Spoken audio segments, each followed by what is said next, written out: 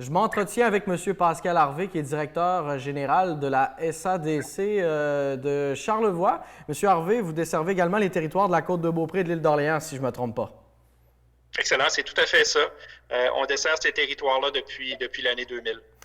Parlez-moi un petit peu des événements des derniers jours. Là. En quoi ça a eu un impact sur votre organisation? Là, j'imagine qu'on a dû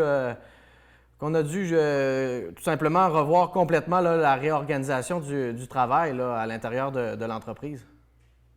Absolument. Dès les annonces du gouvernement du Québec là, qui disaient aux gens d'essayer d'éviter le plus de contacts possible, on s'est réorganisé la première semaine, c'est-à-dire la semaine passée. On avait quand même gardé le bureau physique de Baie-Saint-Paul ouvert. On essayait d'avoir une personne en tout temps pour répondre aux premières personnes qui viendraient nous voir. Mais dans notre quotidien, c'est évident que les gens ne se présentent pas au bureau là, par hasard. Souvent, il y a des rendez-vous. Donc, les gens pouvaient communiquer avec nous. Puis, la plupart des membres de l'équipe travaillaient au niveau du télétravail. Maintenant, à partir de lundi de cette semaine, toute l'équipe est en télétravail. Donc, ça permet à tout le monde d'être sur le même pied d'égalité et on a fermé le bureau. Fait que pour notre quotidien, à nous, c'est un peu ça. Et là, j'imagine qu'il faut aussi réorienter les actions pour optimiser l'efficacité de l'organisation. Là. Comment ça se passe à ce niveau-là? Réorienter les actions, naturellement, nous, on est en fin d'année financière comme beaucoup d'organisations et beaucoup d'entreprises le 31 mars. On avait à préparer cette fin d'année financière-là. On avait aussi à préparer la prochaine année. À compter du 1er avril, naturellement, tout est chambardé. On garde quand même en tête qu'il faut préparer des redditions de comptes envers notre ministère. On s'attend à ce qu'il y ait des petits retards. On s'attend aussi à ce qu'il y ait de la compréhension de leur côté. Mais nous, on garde le cap. Je veux dire, tous les membres de l'équipe ont leur travail à faire en termes de fermeture d'année financière au niveau comptable et au niveau projet aussi. Donc, on devrait poursuivre dans le même, au niveau du même cap. Par contre, les projets de développement économique local, ce qu'on appelle les projets de plus longue haleine, là, naturellement, on a mis un petit peu un hold sur ces projets-là qu'on va reprendre là, au fur et à mesure que la situation va se placer. Là où le bas blesse naturellement, c'est que nous, on a des clients, on a des gens qui sont venus emprunter chez nous là, au fil des années. Il y a des prêts qui sont effectués auprès d'une centaine de clients actifs. On a à gérer actuellement, je vous dirais que le gros du travail là, depuis quelques jours, c'est de gérer un peu le flot de fermeture de commerce. On a proposé des solutions vendredi passé à nos clients. J'imagine qu'on ressent beaucoup d'inquiétude chez vos clients. Là, à l'heure actuelle, là, comment on se positionne là, pour justement trouver le meilleur dans cette situation qui est exceptionnelle? Là, c'est quoi le rôle un petit peu de la SADC présentement? Là? Bien, le rôle, c'est de rester confiant, de rester solide dans l'adversité, puis c'est de rassurer nos entrepreneurs. À date, on a parlé, je vous dirais peut-être par voie téléphonique à la totalité, presque à la totalité de notre portefeuille, là, des gens qui le composent. On va rétablir une nouvelle communication cette semaine pour essayer de voir qu'est-ce qu'on peut faire pour eux au quotidien. Et c'est sûr que ces gens-là, à chaque journée, il y a quelque chose qui change dans leur quotidien. Entre la situation de vendredi passé et la situation de ce matin, bien, il y a encore des commerces qui ont fermé. Et nous, on a à parler à ces gens-là et de les rassurer pour le futur. C'est pas facile parce que le futur, on ne sait pas de quoi il va être composé, mais c'est de garder le cap et d'essayer d'être le plus rassurant possible.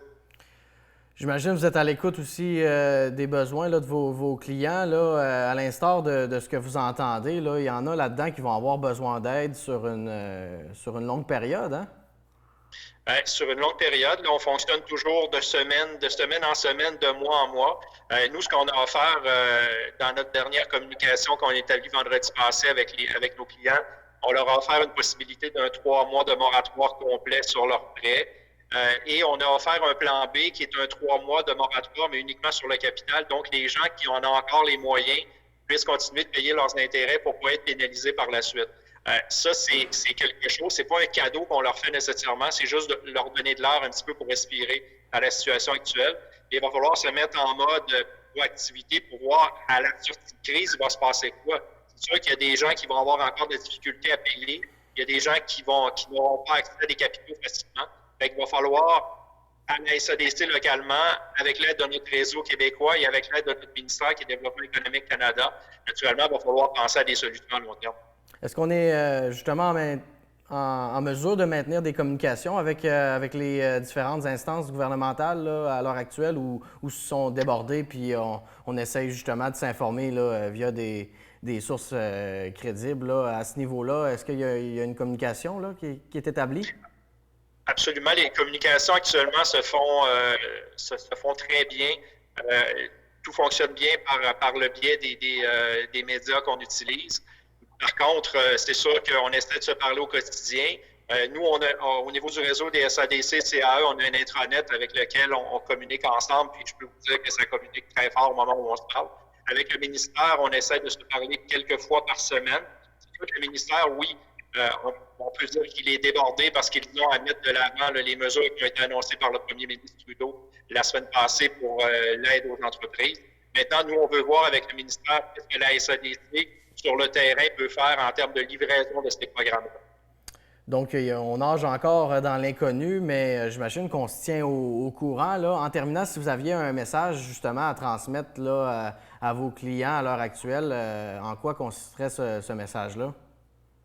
Bien, c'est garder espoir. Garder espoir qu'on passe à travers cette crise-là. Puis c'est sûr qu'il y a beaucoup de nos clients qui ont vécu la crise économique de 2008, sont passés à travers. Là, on passe pas à travers le même type de crise. Là, c'est une crise humanitaire, c'est une crise qui est planétaire.